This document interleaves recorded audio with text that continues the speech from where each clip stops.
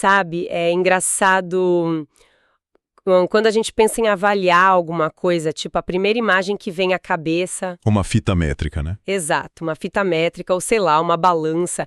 A gente tem essa expectativa de precisão absoluta, tipo uma engenharia perfeita.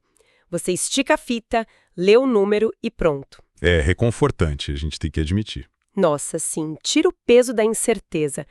Mas aí, a gente dá um passo para dentro de uma sala de aula e tenta pegar essa mesma fita métrica para medir, sabe, o desenvolvimento de uma mente humana. E a régua quebra na mesma hora. Totalmente.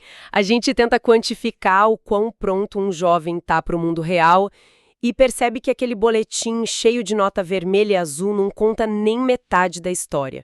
É um cenário muito mais caótico e honestamente fascinante do que a gente imagina.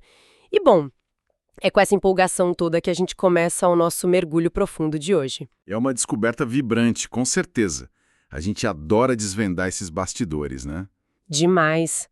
Hoje, nós vamos assumir nossos chapéus de especialistas em pedagogia e educação matemática para olhar as verdadeiras plantas baixas do nosso sistema. Vamos analisar a famosa aula 11 da professora Heloísa da Silva Gomes de Oliveira sobre a avaliação por competências e habilidades. E vamos focar muito no discurso oficial, né? Isso. A gente vai ver como essas diretrizes de Brasília, da Unesco, realmente moldam o futuro de quem está sentado lá na carteira escolar. E para não ficar só na teoria de gaveta, a gente vai ancorar isso numa trajetória muito inspiradora. Aham, do Alexandro? Certo. Ele mesmo, estudante de licenciatura em matemática do consórcio CEDERJ na UF. Através dos olhos dele e dessa disciplina de prática de ensino 3, a gente vai desvendar essa teia. O que é fundamental, porque quando a gente fala em LDB, PCN, Unesco, parece uma papelada super árida. Mas, na verdade, é um mapa de como a gente forma cidadãos plenos. Certo, então vamos desempacotar isso. Começando pelo alicerce de tudo, a LDB, que é a Lei de Diretrizes e Bases da Educação Nacional. Se a gente pega os artigos 32 e 35... Que falam dos objetivos do ensino fundamental e médio. Isso. Eles têm uma linguagem toda formal, mas tem uma filosofia escondida nas entrelinhas ali, não tem? O que estava rolando nos bastidores dessa lei? Bom, o que é fascinante aqui é que a LDB não surgiu num vácuo. Ela carrega de forma subjacente os 4 pilares básicos da educação que a Unesco desenhou. Ah, o famoso relatório Delors. Exatamente. Porque o mundo percebeu que aquele modelo de só transferir informação estava com os dias contados. Então eles criaram esses pilares. O primeiro é o aprender a conhecer. Que não é só decorar matéria, né? De jeito nenhum. É construir uma cultura geral, ter a capacidade de aprender a aprender para o resto da vida. Aí vem o segundo, que é o aprender a ser. Esse foca na autonomia do aluno, no discernimento ético, na responsabilidade. Nossa, isso é super profundo para uma sala de aula. Sim, e o terceiro muda tudo, que é o aprender a fazer.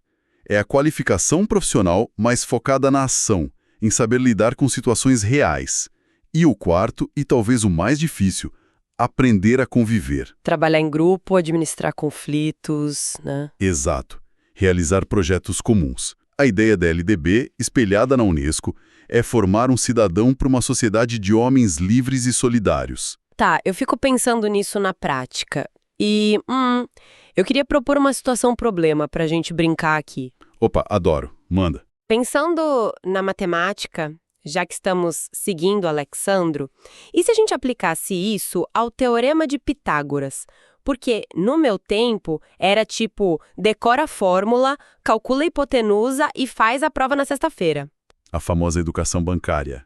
A régua antiga. Mas como seria ensinar Pitágoras usando esses 4 pilares hoje? Bom, o aprender a conhecer continua lá. O aluno precisa entender a lógica matemática, claro. Mas o aprender a ser entra quando o professor estimula ele a investigar por conta própria, sabe?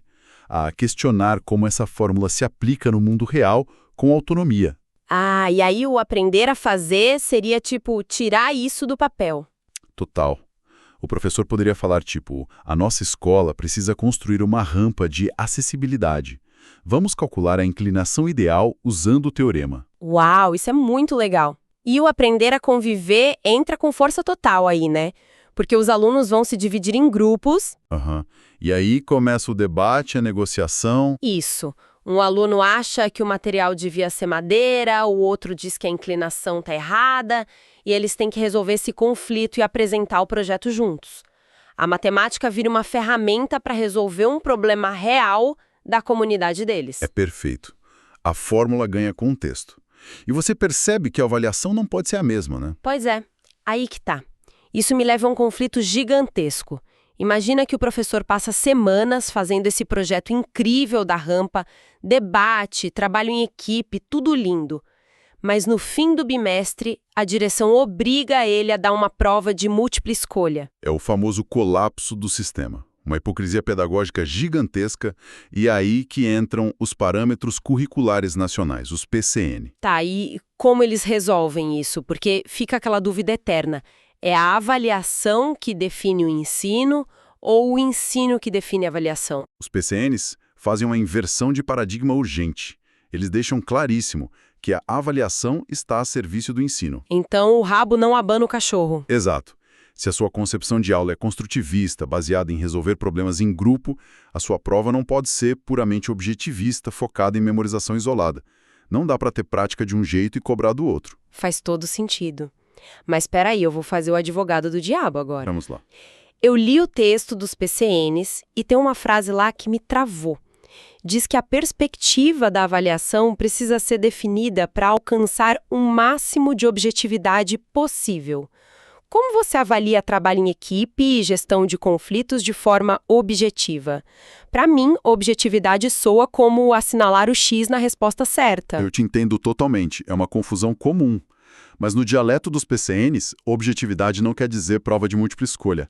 Significa um planejamento rigoroso. Como assim, instrumentos calibrados? Exato.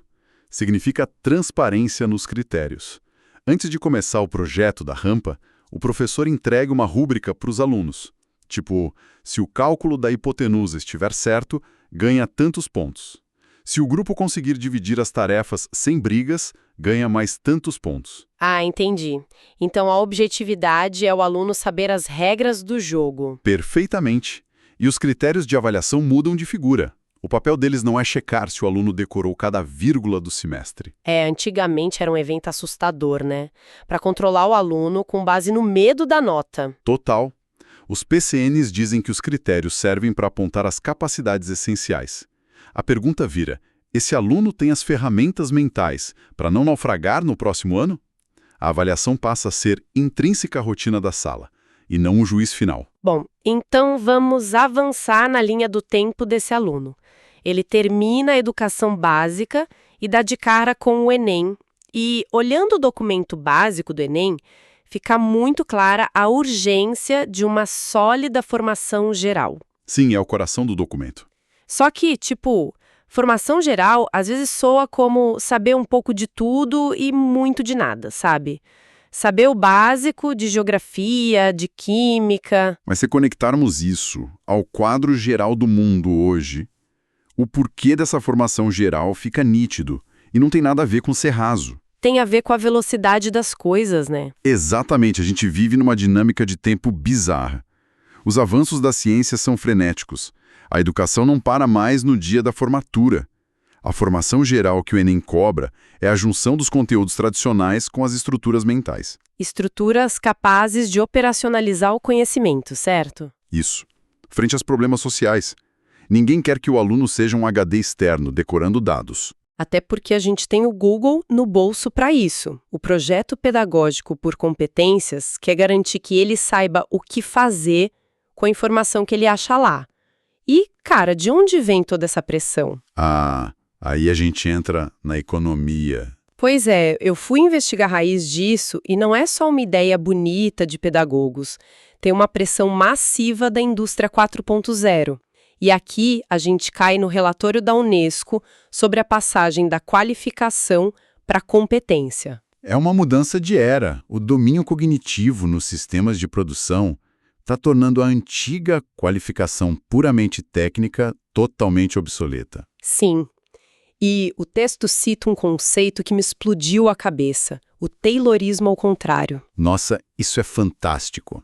Explica para quem não está familiarizado. Bom, no Taylorismo clássico, aquele das fábricas antigas, o trabalho era todo parcelado. Você apertava o parafuso, o outro encaixava a porta, ninguém precisava conversar ou entender o carro todo. Era só esforço físico. Um trabalho mecânico, isolado. Exato. Mas agora, com a vigilância de máquinas inteligentes e robôs fazendo o trabalho pesado, a gente tem o Taylorismo ao contrário. O trabalho não é mais parcelado, ele é feito em coletivos de trabalho. Em grupos de projeto. É a concepção de ideias assumindo o lugar do esforço braçal. E é aqui que a coisa fica realmente interessante, porque muda o que o empregador procura. Total. Eles falam que o mercado busca um coquetel individual. O que é esse coquetel? Não é mais só o diploma pregado na parede. É a mistura da sua formação técnica com o seu comportamento social. Iniciativa, trabalho em equipe. E até o gosto pelo risco. É o famoso saber ser. Hoje, a capacidade de gerir um conflito num grupo de engenheiros é tão crucial quanto saber o cálculo estrutural que você está fazendo. Caramba, isso é muito poderoso. Mas aí a gente volta para o chão da sala de aula e trazemos a reflexão do Alexandro do CEDERJ para fechar esse ciclo. Que é uma reflexão essencial, muito conectada com a realidade. Demais. Ele diz que formar esse cidadão competente, com esse coquetel todo, vai muito além do conhecimento técnico. Mas ele coloca o dedo na ferida quando o aluno trava. É o desafio prático diário do professor. Imagina que o aluno simplesmente não consegue se apropriar daquela habilidade matemática ou não consegue trabalhar em grupo. E aí? O insight do Alexandro é brilhante. O professor precisa ser como um mestre de obras com uma caixa de ferramentas gigante. Se a chave de fenda não funciona, pega o alicate. Precisa estar equipado com outras ferramentas pedagógicas para puxarem auxílio dele. E isso levanta uma questão importante, né? A formação contínua dos professores. Totalmente. O próprio professor não pode parar no tempo. Ele precisa continuar sua formação eternamente. Não dá para lidar com essa nova lógica avaliativa que mede saberes e nutre qualidades mentais e habilidades sociais com ferramentas do século XX.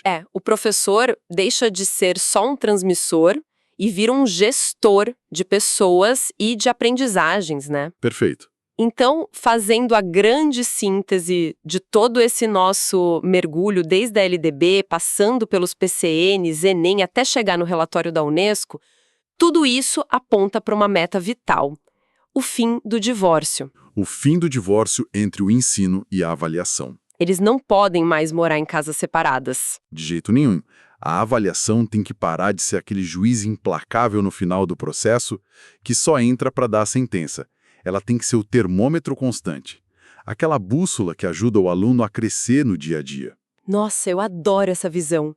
E isso me deixa com um pensamento bem provocativo sobre o futuro da nossa sala de aula. Manda. A gente falou tanto sobre indústria 4.0, máquinas inteligentes, robôs. Se as máquinas já estão assumindo todo esse lado técnico, memorizado e algorítmico, talvez o verdadeiro papel da educação agora não seja competir com a máquina. Com certeza não. Talvez seja focar naquilo que nos faz fundamentalmente humanos. Nossa resiliência, nossa empatia, a capacidade de negociar, de criar do zero. É uma virada de chave emocional, né? A gente precisa ensinar o que o robô não consegue copiar. E é por isso que o preparo de quem está lá na frente da sala é tão crucial. Tem uma frase que resume perfeitamente a responsabilidade desse papel. Qual? Disciplina pedagógica não é perfumaria, é a essência do professor que faz a diferença. Uau! É isso, um professor equipado muda tudo. Aprender, refletir, compartilhar. Pois quem ensina aprende 2 vezes. Inspire, inspire-se.